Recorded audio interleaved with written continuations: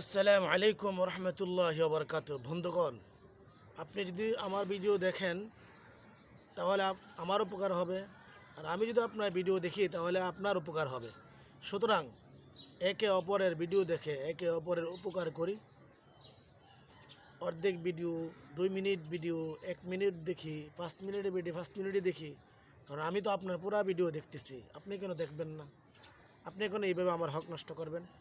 আমি আপনার পুরো ভিডিও দেখি, আপনিও আমার পুরো ভিডিও দেখবেন, যেন আপনার দ্বারা আমার পুরোপুরি উপকার হয়, আমার দ্বারা যেন আপনার পুরোপুরি উপকার হয়। ইসলামিক ভিডিও বলে কেউ তুচ্ছ তাচ্ছিল্য করবেন না।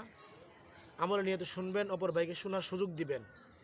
নিজে আমল না করতে পারলে অপর ভাই আমল করার কারণে আপনি ওই ভাই আমল করার দ্বারা আপনি পুরাপুরি সব পেয়ে যাবেন ইনশাআল্লাহ।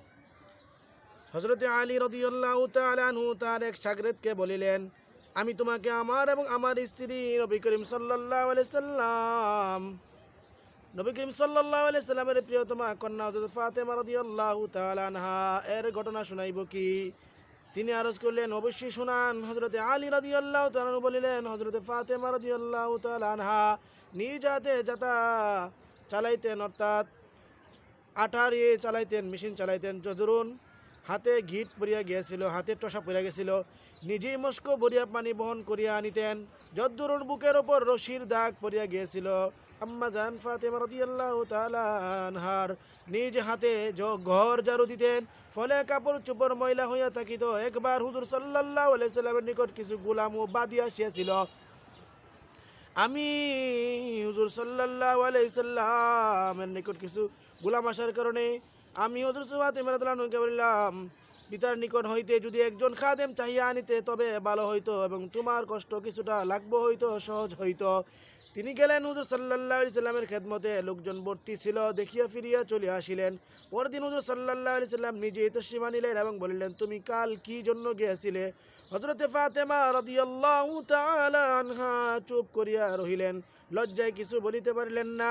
হযরত আলী রাদিয়াল্লাহু তাআলা আনহু বলিলেন, আলী রাদিয়াল্লাহু তাআলা বলিলেন, আমি আরজ করিলাম, ইয়া রাসূলুল্লাহ, যাতা পিসার কারণে তার হাতে দাগ পড়িয়া গিয়েছে। আটার মেশিন চালাইতে গিয়া হযরতে ফাতেমা রাদিয়াল্লাহু তাআলা আনহার হাতে দাগ পড়িয়া গিয়েছে। পানি ভর্তি মস্ক বহন করিয়া আনার কারণে বুকের ওপর রশির দাগ পড়িয়া গিয়েছে। ঝাড়ু দেওয়ার কারণে কাপড় চোপড় ময়লা হইয়া থাকে। গতকাল আপনার নিকট কিছু গোলাম ও বাদী আসিয়াছিল, সেই জন্য আমি নিজেই তাকে বলিয়াছিলাম একজন খাদেম চাইয়া আনার জন্য, যাতে তাহার কষ্ট কিছুটা লাগবে হইয়া যায়। হুজুর সাল্লাল্লাহু আলাইহি সাল্লাম ইরশাদ ফরমাইলেন, হে ফাতেমা, আল্লাহকে বই করিতে থাকো, তোমার ফরজ আদায় করিতে থাকো, আর ঘরের কাজকর্ম করিতে থাকো, আর যখন ঘুমাইবার জন্য শয়ন করো তখন 33 বার সুবহানাল্লাহ, 33 বার আলহামদুলিল্লাহ এবং 34 বার আল্লাহু আকবার পড়িয়া নিও। ইয়া খাদেম হইতে উত্তম আমল। তিনি বলিলেন, আমি আল্লাহ তাআলার তাকদীর ও তার রাসূলের ফয়সালার উপর সন্তুষ্ট আছি।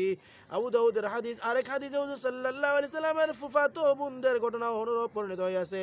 তারা বলেন, আমরা 2 বোন এবং হুজুরের কন্যা হযরত ফাতেমা রাদিয়াল্লাহু তাআলা আনহা সহ 3 জন হুজুর সাল্লাল্লাহু আলাইহি সাল্লামের খেদমতে হাজির হইলাম এবং নিজেদের কষ্ট ও অসুবিধার কথা উল্লেখ করিয়া একজন খাদেম চাইলাম। তখন তিনি ইরশাদ ফরমাইলেন, বদরের যুদ্ধে যাহারা শহীদ হইয়াছে তাদের এতিম সন্তানরা খাদেম পাওয়ার ব্যাপারে তোমাদের চাইতেও বেশি হক রাখে। আমি তোমাদের জন্য খাদেমের চাইতেও উত্তম জিনিস বলিয়া দিতেছি। তোমরা প্রত্যেক নামাজের পর সুবহানাল্লাহ, আলহামদুলিল্লাহ, আল্লাহু আকবার এই 3টি কালিমা 33 বার করিয়া পড়ো, আর একবার এই কালিমা পড়িয়া লও, এই খাদেম হইতে উত্তম। লা ইলাহা ইল্লাল্লাহু ওয়াহদাহু লা শারীকা লাহু লাহুল মুলকু ওয়া লাহুল হামদু ওয়া আলা কুল্লি শাইইন কাদির। হুজুর সাল্লাল্লাহু আলাইহি ওয়াসাল্লাম পরিবারের লোকদেরকে এবং আত্মীয়স্বজনকে বিশেষভাবে এই সমস্ত তাসবিহ পড়ার জন্য হুকুম করিতেন। এক হাদিস আছে, হুজুর সাল্লাল্লাহু আলাইহি সাল্লাম নিজের বিবিদেরকে শুইবার সময়, ঘুমাইবার সময় সুবহানাল্লাহ, আলহামদুলিল্লাহ, আল্লাহু আকবার 33 বার করিয়া পড়িতে বলিতেন। উপরোক্ত হাদিসে হুজুর সাল্লাল্লাহু আলাইহি সাল্লাম দুনিয়াবি কষ্ট ও পরিশ্রমের মোকাবেলায় এই সমস্ত তাসবিহ শিক্ষা দিয়েছেন। ইহার বাহ্যিক কারণ একেবারে স্পষ্ট যে মুসলমানের জন্য দুনিয়াবি কষ্ট ও পরিশ্রম প্রক্ষেপ করিবার বিষয় নয়, বরং তার জন্য জরুরি হইল সব সময় আখিরাত ও মরণের পরের জীবনের সুখ শান্তির ফিকির করা। এই জন্য হুজুর সাল্লাল্লাহু আলাইহি ওয়াসাল্লাম দুনিয়ার ক্ষণস্থায়ী জিন্দেগীর দুঃখ কষ্ট হইতে দৃষ্টি সরাইয়া আখিরাতে সুখ শান্তির সামান বৃদ্ধি করার জন্য মনোযোগী করিয়াছেন। আর এই তাসবিহ সমূহ আখিরাতে অধিক উপকারী হওয়াটা এই অধ্যায় বর্ণিত রাওয়ায়াত সমূহ দ্বারা স্পষ্ট বোঝা যায়। এছাড়া দ্বিতীয় কারণেও হইতে পারে যে এই সমস্ত তাসবিহের মধ্যে আল্লাহ তাআলা যেমন দিন উপকার ও লাভ রাখিয়াছেন, তেমনি দুনিয়াবি ফায়দাও রাখিয়াছেন। আল্লাহ তাআলার পাক কালামে, রাসূল সাল্লাল্লাহু আলাইহি সাল্লাম পাক কালামে অনেক জিনিস এমন রয়েছে যেগুলি দ্বারা আখিরাতের ফায়দার সাথে সাথে দুনিয়ারও ফায়দা হাসিল হয়। যেমন এক হাদিস আছে, দাজ্জালের জামানায় ফেরেশতাদের খাদ্যই মুমিনদের খাদ্য হইবে। দাজ্জালের জামানায় ফেরেশতাদের খাদ্যই মুমিনের খাদ্য হইবে। অর্থাৎ তাসবিহ তাকদীস সুবহানাল্লাহ ইত্যাদি শব্দ পড়া যেই ব্যক্তি মুখে কালিমাগুলি পড়িবে, আল্লাহ তাআলা তার ক্ষুধার কষ্ট দূর করিয়া দিবেন। এ হাদিস হইতে ইহাও জানা গেল যে এই দুনিয়াতে খানাপিনা না করিয়া শুধু আল্লাহর জিকিরের উপর জীবনযাপন সম্ভব হইতে পারে। দাজ্জালের সময় সাধারণ মুসলমানদের এই সৌভাগ্য লাভ হইবে। কাজে এই জামানার খাস মুমিনদের সেই অবস্থা হাসিল হওয়া অসম্ভব কিছু নয়। এই জন্যই যে সকল বুজুর্গদের সম্পর্কে এই ধরনের বহু ঘটনা বর্ণিত হয়েছে যে তারা সামান্য খাদ্যের উপর কিংবা একেবারে না খাইয়া দিনের পর দিন কাটাইয়া দিতেন। এইগুলিকে অস্বীকার করার কোনো কারণ নাই।